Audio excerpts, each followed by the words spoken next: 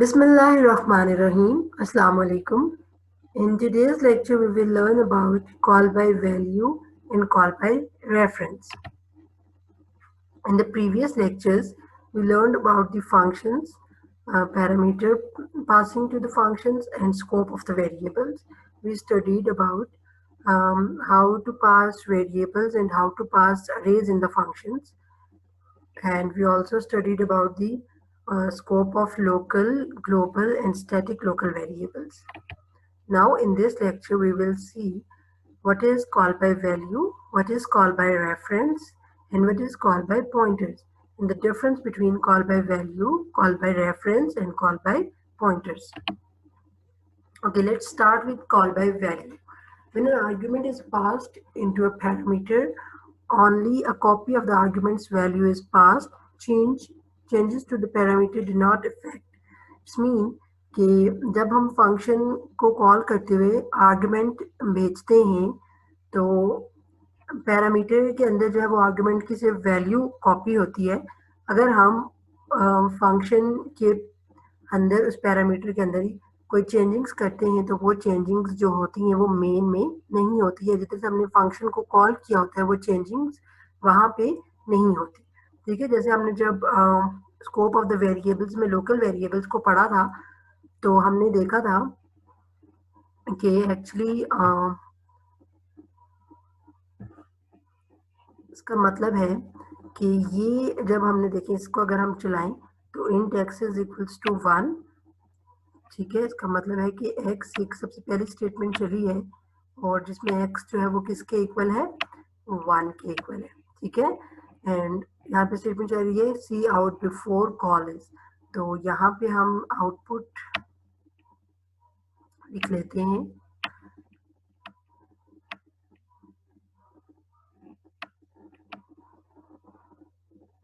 Okay, तो यहाँ पे x के अंदर जो वैल्यू प्रिंट होगी यानी बिफोर द कॉल, जो वैल्यू यहाँ पे लिखाएगा बिफोर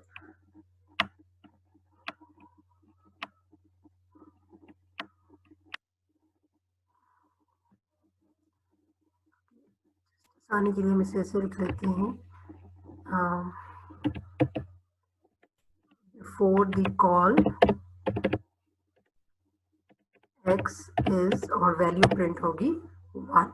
ठीक है, नेक्स्ट है हमारा फंक्शन कॉल हो जाएगा।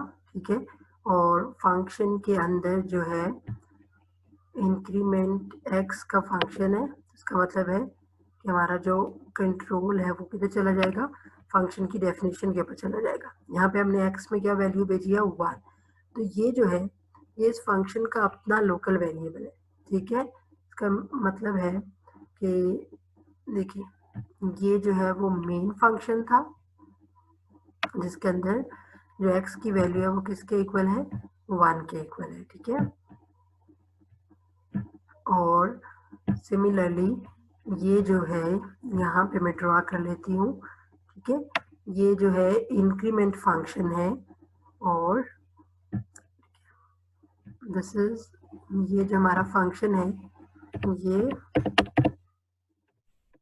इंक्रीमेंट है और ये जो हमारा फंक्शन था ये कौन सा फंक्शन था, मेन फंक्शन। ठीक है, ओके,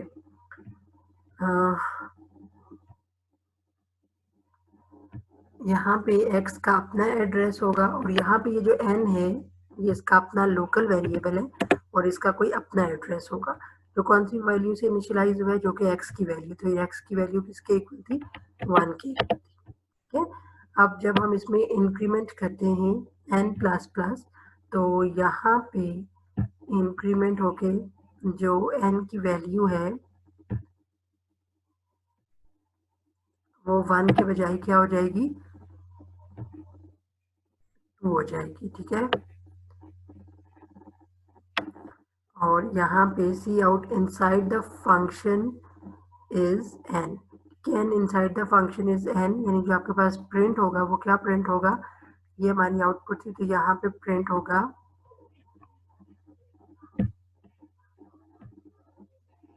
n और इनसाइड द फंक्शन इज और n की क्या वैल्यू है 2, तो इट्स मीन यहाँ पे क्या प्रिंट हो जाएगा 2 प्रिंट हो जाएगा, ठीक है। ओके, और यहाँ पे जब हम आएंगे और तो इसके जब ये सारी स्टेटमेंट्स चल जाएंगी तो जो आपका कंट्रोल है वो क्या करेगा वापस, यानी यहाँ से जो हमारा कंट्रोल है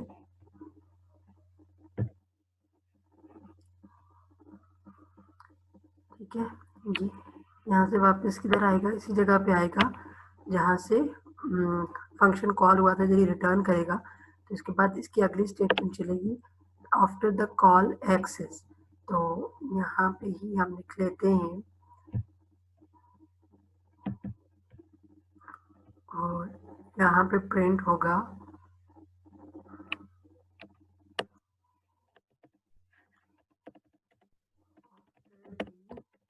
कॉल एक्स इज, और x के अंदर देखें स्टिल अभी तक क्या पड़ा हुआ है 1 ही पड़ा हुआ है, यहाँ पे क्या प्रिंट होगा 1 प्रिंट होगा, ठीक है।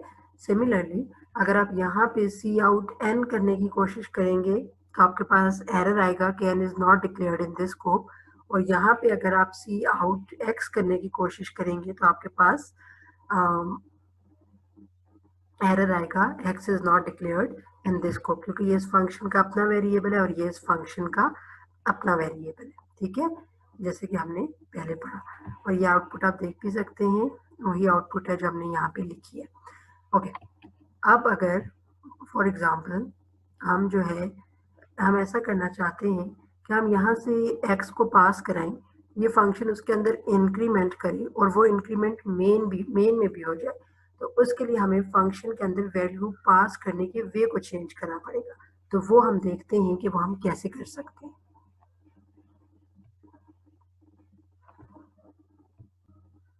ओके, इसके लिए हम यूज करेंगे कॉल बाय रेफरेंस। जब हमने पॉइंटर्स की लैब की थी तो हमने देखा था कि रेफरेंस वेरिएबल्स क्या होते हैं, ठीक है। तो जो रेफरेंस वेरिएबल हैं वो एक्चुअली क्या होते हैं कि किसी एक वेरिएबल का दूसरा नाम होते हैं, ठीक है, ये हमने देखा था। और जो आपका रेफरेंस वेरिएबल होता है वो एक्चुअली जिसके लिए वो एलियस वेरिएबल होता है, यानी जिसका वो दूसरा नाम होता है, वो दोनों सेम एड्रेस को पॉइंट कर रहे होते हैं, सेम एड्रेस के ऊपर जो वैल्यू पड़ी हुई होती है वो उसको पॉइंट कर रहे होते हैं। तो अगर कोई भी चेंज हम रेफरेंस वेरिएबल के अंदर करते हैं तो वो एक्चुअली उसी वेरिएबल को के अंदर वो चेंज जो है वो होता है जो जिसका वो एलियस था या जिसे वो रेफर कर रहा था, ठीक है। उसके अलावा जो रेफरेंस वेरिएबल्स होते हैं वो नॉर्मल वेरिएबल्स की तरह ही होते हैं, सिवाय इसके कि जब हम उन्हें डिक्लेयर करते हैं तो हम उनके साथ एम्परसेंट का साइन लगाते हैं, ठीक है। जैसे कि अगर फॉर एग्जांपल हम इसको देखें तो यहाँ पे क्या है इंट, इसके साथ एम्परसेंट का साइन है और आपने वेरिएबल का नाम लिखा है, ठीक है। ओके, इससे पहले कि हम इसकी तरफ जाएं, हम सबसे पहले रेफरेंस वेरिएबल्स को समझने की कोशिश करते हैं और फिर हम जो है वो कॉल बाय रेफरेंस पे आते हैं, ठीक है। ओके, तो इधर अगर हम देखें तो ये देखिए मैंने क्या किया हुआ है, int count is equals to 1,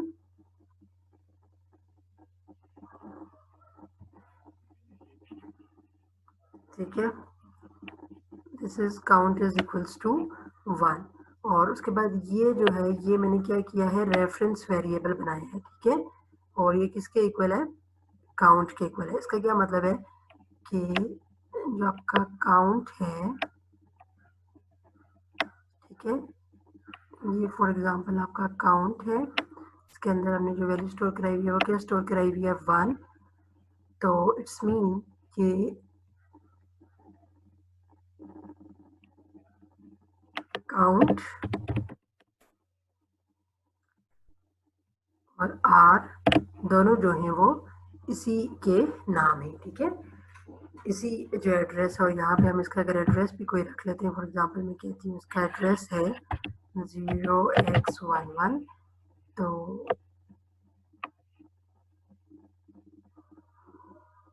it's mean, ठीक है, ओके, ये इसका एड्रेस है और ये काउंट था, काउंट के अंदर हमने 1 स्टोर कराया था, अगर आर रेफरेंस वेरिएबल है तो इसका मतलब आर काउंट का ही सेकंड नेम है। अगर आप काउंट को प्रिंट कराएं तो क्या प्रिंट होगा, 1 प्रिंट होगा। अगर आप आर को प्रिंट कराएं तो भी क्या प्रिंट होगा, 1 प्रिंट होगा। ठीक है, ये देखिए अगर आपने काउंट को प्रिंट कराया है तो भी जो है वो हमारे पास 1 प्रिंट होगा, और आर के केस में भी क्या प्रिंट होगा, 1 प्रिंट होगा। अब मैं इंक्रीमेंट किसके अंदर करी हूँ, आर के अंदर इंक्रीमेंट करी हूँ। तो बेसिकली क्योंकि ये इसी ब्लॉक के 0x11 को आर भी पॉइंट कर रहा है और काउंट भी जो है वो इसी को रेफर कर रहा है, तो जब मैं आर में इंक्रीमेंट करूंगी तो यही जो वैल्यू है 0x11 के ऊपर जो वैल्यू पड़ी हुई है ये चेंज होकर किसके इक्वल हो जाएगी, 2 के इक्वल हो जाएगी। ठीक है, उसके बाद देखिए यहाँ पे मैंने काउंट को प्रिंट कराया है लेकिन क्या प्रिंट होगा, 2। ठीक है, चाहे मैं आर प्रिंट कराऊं या चाहे मैं काउंट प्रिंट कराऊं, चाहे मैं काउंट के थ्रू इस वैल्यू को अपडेट करूं या मैं आर के थ्रू अपडेट करूं, दोनों में अपडेशन होगी, बिकॉज एक्चुअली तो ये एक ही चीज के दो नाम है। ठीक है, अब देखिए यहाँ पे मैंने काउंट में इंक्रीमेंट कराया तो 2 प्रिंट होगा और आर में भी 2 ही प्रिंट होगा। काउंट को मैं 10 के इक्वल करती हूँ तो काउंट में भी 10 प्रिंट होगा और आर में भी 10 ही प्रिंट होगा। ठीक है, बिकॉज दोनों जो है वो इस मेमोरी की लोकेशन की बात कर रहे हैं। ठीक है, तो ये होते हैं हमारे पास रेफरेंस वेरिएबल्स। साथ हमने ये भी पढ़ा था कि रेफरेंस वेरिएबल जो है वो अगर आपने फॉर एग्जांपल उसको एक दफ़ा काउंट का एलियस बना लिया है तो उसके बाद थ्रू आउट द प्रोग्राम आप जो है वो इसका रेफरेंस चेंज नहीं कर सकते। ठीक है, तो इट्स मीन कि ये क्या होते हैं, लाइक अ कांस्टेंट पॉइंटर, कि वंस आपने इनसे किसी वेरिएबल को रेफर करा लिया तो वो उसी वेरिएबल को रेफर करते हैं, उसके अलावा किसी दूसरे वेरिएबल को रेफर नहीं करते। ठीक है, ओके, अब हम देखते हैं कि कॉल बाय रेफरेंस क्या होता है। तो कॉल बाय रेफरेंस ये होता है कि हम जो है वो इस स्टेटमेंट को देखते हैं। देखिए हमने क्या लिखा हुआ है, फंक्शन की प्रोटोटाइप लिखी हुई है। ठीक है, तो इसको हम क्या बताते हैं, इसको हम ये बताते हैं कि फंक्शन की डेटा टाइप बताते हैं, और सेकेंड हम इसे ये बताते हैं कि हम जो इसके अंदर पास जो इसके अंदर आर्गुमेंट पास होगा वो किस टाइप का होगा, जो है वो पैरामीटर जो है वो हमारे पास रेफरेंस वेरिएबल है। ठीक है, तो ये बताना जो है वो इसको मस्ट है कि वेरिएबल जो है वो कौन सी टाइप का होगा, रेफरेंस वेरिएबल होगा। ठीक है, ये जो एम्परसेंट है इसका मतलब ये है कि आप वेरिएबल की टाइप बता रहे हैं तो फिर उसके साथ एम्परसेंट जो है आपने प्रोटोटाइप और जो हेडर है दोनों में आपने मेंशन करना है। ठीक है, और फंक्शन कॉल में जो है वो हम इसे यानी मेंशन नहीं करते, हम जो है वो ऐसे फंक्शन जब प्रोटोटाइप बताते हैं या जब फंक्शन को डिफाइन करते हुए उसका हेडर लिखते हैं तो तब हम इसे बताते हैं। ठीक है, बाज इसको ऐसे भी हम कर सकते हैं कि इंट के हम फौरन बाद एम्परसेंट लगा दें और उसके बाद स्पेस के बाद जो है वो वेरिएबल का नाम लिख रहे हैं। ठीक है, ये दोनों स्टेटमेंट्स जो हैं वो इक्विवेलेंट है। ओके, अब अगर हम आगे चलें, ओके, यहाँ से हम समझते हैं कि पास बाय रेफरेंस है क्या। तो सबसे पहले जो है वो हम आते हैं मेन में। देखिए मेन में हमने वेरिएबल लिया x इज इक्वल्स टू 1। ठीक है, उसके बाद हम इसे प्रिंट कराएंगे, तो जब हम इसे प्रिंट कराएंगे तो क्या प्रिंट होगा, बिफोर द कॉल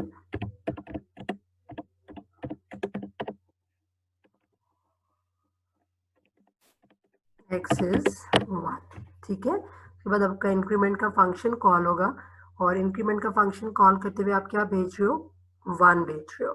ठीक है, अब आप यहाँ पे चले जाओ। अभी आपने क्या किया, कॉल बाय रेफरेंस किया है, इट्स मीन कि ये जो n है ये रेफरेंस वेरिएबल है x का, जिस वैल्यू को, ठीक है, ये फॉर एग्जांपल आपका x है और ये x है, सही, और इसके अंदर जो आपने वैल्यू स्टोर कराई हुई थी वो क्या स्टोर कराई हुई थी, 1, और हम इसका एक एड्रेस रख लेते हैं 0x1। सही, इट्स मीन कि अब ये जो n है ये किसको रेफर कर रहा है, ये x को रेफर कर रहा है। तो रेफर करने का क्या मतलब है कि ये जो है वो इसी एड्रेस को पॉइंट करेगा। ठीक है, ये दोनों जो हैं x और n जो हैं वो दोनों मेमोरी की इसी लोकेशन को रेफर करें। अब आप यहाँ पे n में इंक्रीमेंट करते हैं, तो जब आप n में इंक्रीमेंट करते हैं तो इसका क्या मतलब, हम यहाँ पे इंक्रीमेंट करते हैं और इसका मतलब है कि हमने इस लोकेशन के ऊपर इंक्रीमेंट किया, तो यहाँ पे क्या हो जाएगा, 2 हो जाएगा। ठीक है, फिर आप यहाँ पे n inside the function is, यानी ये जो यहाँ पे प्रिंट होगा, क्या प्रिंट होगा, n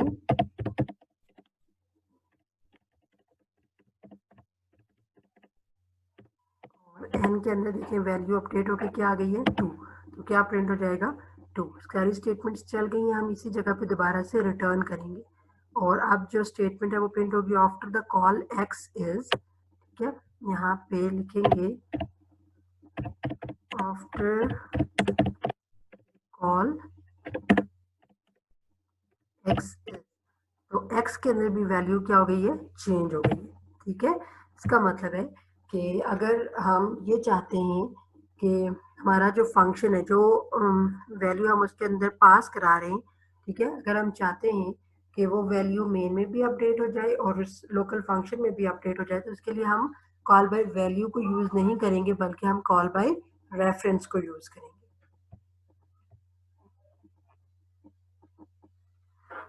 क्लियर, तो ये होता है कॉल बाय रेफरेंस, जिसमें आपने याद क्या रखना है कि जब हम यहाँ पे तो हमने फंक्शन को ऊपर डिफाइन किया हुआ है, तो हेडर में भी हम जो है वो रेफरेंस वेरिएबल है तो उसके लिए एम्पर्सन मेंशन करते हैं, और इसी तरह से अगर फंक्शन प्रोटोटाइप लिखेंगे तो उसमें भी हम एम्पर्सन मेंशन करेंगे, क्योंकि जब हम फंक्शन को कॉल करते हैं तो तब हम एम्पर्सन मेंशन नहीं करते, क्योंकि एक्चुअली हम ये जो एक्स है इस n को इसका रेफरेंस वेरिएबल बना रहे होते हैं। ठीक है, ओके, अब यहाँ पे ये हम एक नोट पढ़ लेते हैं, when you pass an argument by reference the argument must be a variable, यानी यहाँ पे आप डायरेक्ट कोई वैल्यू जब आप जो है वो कॉल बाय रेफरेंस कर रहे हैं, ठीक है, तो यहाँ पे अगर आपने एम्पर्सन लिखा हुआ है, आपकी जो फंक्शन कॉल है वो बाय रेफरेंस है, तो यहाँ पे आप डायरेक्टली कोई वैल्यू नहीं लिख सकते 1 2 3 4, it must be a variable. ठीक है, क्योंकि क्यों, क्योंकि एक्चुअली हम क्या कर रहे होते हैं, किसी एक वेरिएबल का दूसरा नाम बना रहे होते हैं ना, तो इस वजह से इट्स नेसेसरी कि यहाँ पे जो है वो आपके पास क्या होना चाहिए, वेरिएबल होना चाहिए। लेकिन जब हम कॉल बाय वैल्यू यूज करते हैं तो तब जो है वो वेरिएबल का नाम भी हो सकता है और कोई वैल्यू भी हो सकती है, उससे कोई फर्क नहीं पड़ता। ठीक है, अच्छा, ये अब हमारे पास एक एक्टिविटी है, what is pass by value. Pass by value means call by value, and what is pass by reference, show the result of the following programme. तो कॉल बाय वैल्यू में हमने क्या देखा कि जब हम वेरिएबल को भेजते हैं तो उनका जो स्कोप है वो लोकल होता है। ठीक है, एक मतलब अगर हम जिस फंक्शन को हमने वो वेरिएबल पास कराया है, अगर हम उस फंक्शन में कोई चेंजेस करेंगे तो वो मेन के अंदर नहीं होंगे। और बाय रेफरेंस में क्या होता है कि वो क्योंकि एक ही एड्रेस को दोनों वेरिएबल्स जो हैं वो रेफर कर रहे होते हैं, तो एक में भी अगर हम चेंज करते हैं, किसी एक वेरिएबल के थ्रू भी अगर हम चेंज करते हैं, तो वो चेंजिंग्स जो है वो मेन में भी हो जाती हैं और फंक्शन में भी हो जाती हैं। ठीक है, जब हम देखते हैं कि इसकी आउटपुट क्या होगी, तो यहाँ पे सबसे पहले अगर हम मेन देखें तो मेन के अंदर मैक्स जो है वो 0 से इनिशियलाइज हुआ है और हमने वैल्यू भेजी है 1 2 एंड मैक्स। सही, ओके, तो और उसके बाद हमारा फंक्शन कॉल हो जाएगा, हम फंक्शन के ऊपर जाते हैं, तो इट्स मीन कि यहाँ पे वैल्यू 1 के अंदर 1 कॉपी होगा, वैल्यू 2 के अंदर 2 कॉपी होगा और मैक्स के अंदर जो है वो 0 कॉपी होगा। तो 1 इज ग्रेटर देन 2। ठीक है, तो बिकॉज वैल्यू 1 के अंदर 1 पड़ा हुआ है और 2 के अंदर जो है वो 2 पड़ा हुआ है, तो 1 is greater than 2 condition false हो जाएगी, हम एल्स में आ जाएंगे और max is equals to value 2, यानी मैक्स के अंदर क्या आ जाएगा, 2 आ जाएगा। ठीक, उसके बाद हम यहाँ पे रिटर्न करेंगे और यहाँ पे हम सी आउट मैक्स कराएं, तो अभी मैक्स के अंदर क्या प्रिंट होगा, 0 प्रिंट होगा। क्यों, क्योंकि ये जो चेंजेस हुई हैं ये इसके अपने लोकल वेरिएबल में हुई हैं, यहाँ पे वो चेंजिंग्स नहीं हुई। ठीक है, ओके, अब हम इस दूसरे को देखते हैं, यहाँ पे क्या हो रहा है यहाँ पे भी हम वैल्यू भेज रहे हैं 1 2 और यहाँ पे हम मैक्स के अंदर जो है वो 0 है, ठीक है। तो इट्स मीन कि देखिए यहाँ पे अगर हम देखें तो ये मेन फंक्शन का अपना स्कोप है और ये जो मैक्स है इसका अपना स्कोप है, ठीक है। यहाँ पे मैक्स की जो वैल्यू है वो किसके इक्वल है, 0 के इक्वल है और इस मैक्स का कोई ना कोई एड्रेस भी है, ठीक है। यहाँ पे अगर हम देखें तो आपका जो मैक्स है वो शुरू में इनिशियलाइज ऑल दो 0 से हुआ है, ठीक है। और लेकिन जब हम देखते हैं कि वैल्यू 1 और वैल्यू 2 में से 2 बड़ा है तो मैक्स की वैल्यू में 0 की जगह क्या आ जाता है, 2 आ जाता है, ठीक। तो यहाँ पे अगर हम मैक्स प्रिंट कराएंगे तो 2 प्रिंट होगा, लेकिन यहाँ पे अगर हम मैक्स प्रिंट कराएंगे तो 0 ही प्रिंट होगा, ठीक। अब अगर हम यहाँ पे देखें तो यहाँ पे क्या हो रहा है, यहाँ पे ये हो रहा है कि ये आपका मेन फंक्शन है। यहाँ पे हम सारे वेरिएबल्स को बारी बारी लिख लेते हैं,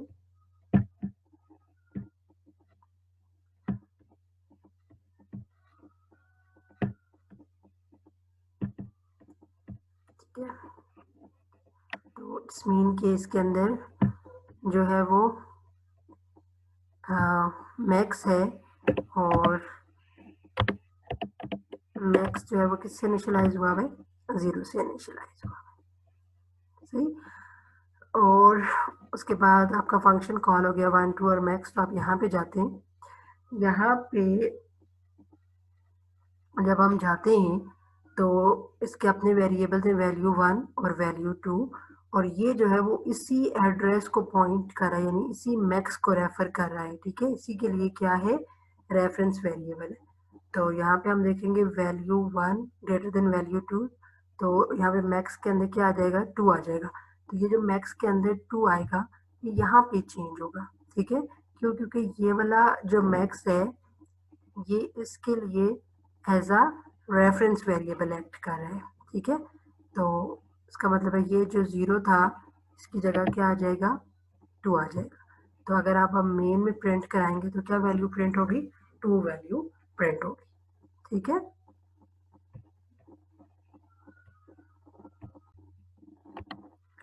ओके, अब हम एक